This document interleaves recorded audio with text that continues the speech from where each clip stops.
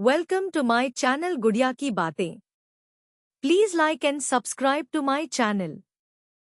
गांव के कोने पर एक छोटा सा घर था जहां 12 वर्षीय रोहन अपने माता पिता के साथ रहता था। रोहन का बचपन साधारण था, लेकिन उसकी आंखों में बड़े सपने थे। वह अक्सर बैठकर कल्पनाएं करता कि कैसे वह अपनी गरीबी से बाहर निकलेगा और अपने माता पिता के लिए अच्छा जीवन बनाएगा। एक दिन स्कूल से लौटते वक्त वह गांव के बाहर पुराने पेड़ों के पास खेलते खेलते एक अजीब सी चीज पर ठोकर खाकर गिर पड़ा। जब उसने देखा तो उसे वहां एक पेन पड़ा मिला। यह साधारण पेन नहीं था।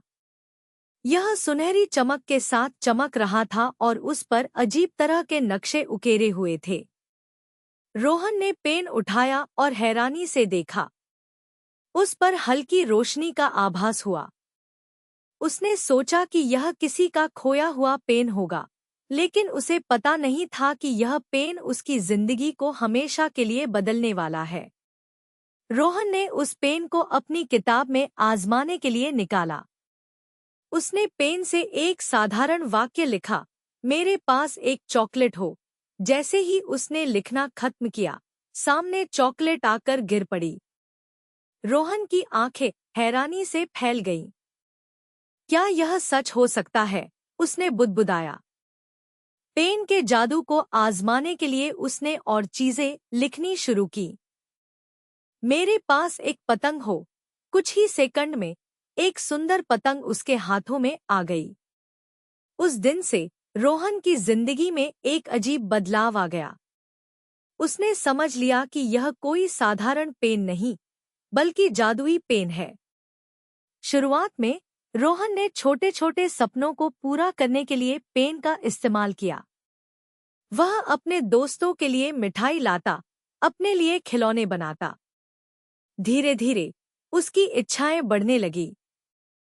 एक दिन उसने लिखा, हमारे खेतों में ज्यादा फसल हो, और कुछ ही हफ्तों में फसलें लहलहाने लगी।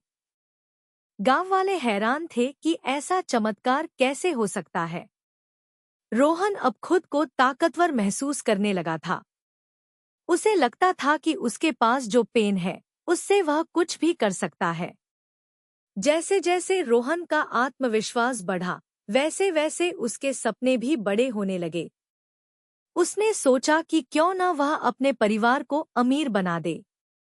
उसने लिखा, हमारे घर में ढेर सारा सोना हो, और कुछ ही पलों में उनके घर में सोने की चमक फैल गई।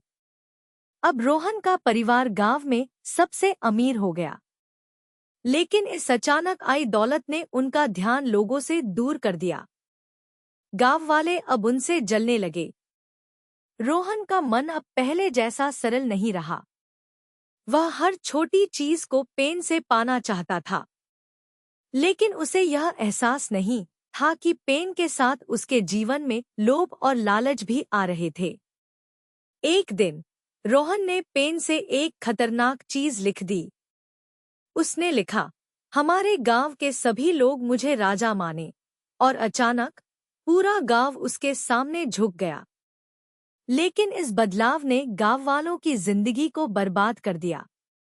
उनके खेत सूख गए, उनके जानवर बीमार पड़ने लगे, और उनकी खुशियां कहीं गायब हो गईं। रोहन ने देखा कि उसकी एक इच्छा ने गांव को कितनी परेशानी में डाल दिया। उसे महसूस हुआ कि उसने पेन का गलत इस्तेमाल किया है। लेकिन अब वह डर गया था। वह पेन से और कुछ लिखने की हिम्मत नहीं जुटा पा रहा था। रोहन ने उस पेन को एक कोने में रख दिया और उसकी ओर देखना तक बंद कर दिया। लेकिन गांव की हालत दिन-ब-दिन खराब होती जा रही थी। लोग उससे नफरत करने लगे थे। उसकी माँ ने एक दिन कहा, रोहन, हमारी जिंदगी में जो भी हो रहा है, वह हमारे कर्मों का नतीजा है। अगर हमने कुछ गलत किया है, तो हमें उसे ठीक करना होगा। रोहन को अपनी गलती का एहसास हुआ। उसने तय किया कि अब वह पेन का इस्तेमाल सही कामों के लिए करेगा। रोहन ने पेन उठाया और लिखा, गांव में बारिश हो। कुछ ही घंटों में आकाश में बादल छा गए और तेज बारिश हुई। गांव के सूखे खेत फिर से हरियाली से भर गए। उसने आगे लिखा, गांव वालों की समस्याएं खत्म हों और धीरे धीरे गांव की खुशियां लौटने लगी। रोहन ने अपनी सारी दौलत गांव वालों में बांट दी और उनसे माफी मांगी। पेन के जादू ने एक बार फिर सब कुछ ठीक कर दिया था, लेकिन इस बार रोहन ने इसे सावधानी से इस्तेमाल किया।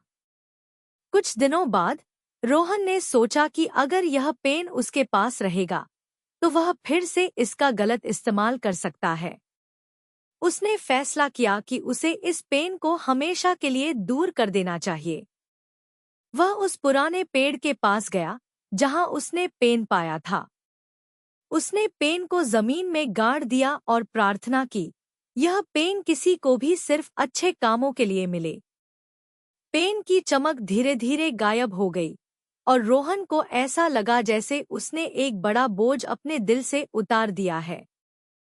चमत्कारी पेन ने रोहन को सिखाया कि शक्ति के साथ जिम्मेदारी आती है। उसने समझा कि इच्छाओं को पूरा करना आसान है, लेकिन सही इच्छाओं का चयन करना ही असली कला है। अब रोहन एक बदले हुए व्यक्ति था। उसने पेन के बिना भी अपने सपनों को पूरा करना सीखा। और सबसे महत्वपूर्ण, उसने दूसरों की खुशियों को अपनी खुशी बनाना सीख लिया। गांव के लोग उसे फिर से प्यार करने लगे। लेकिन रोहन की जिंदगी में उस जादुई पेन की यादें हमेशा के लिए रह गईं।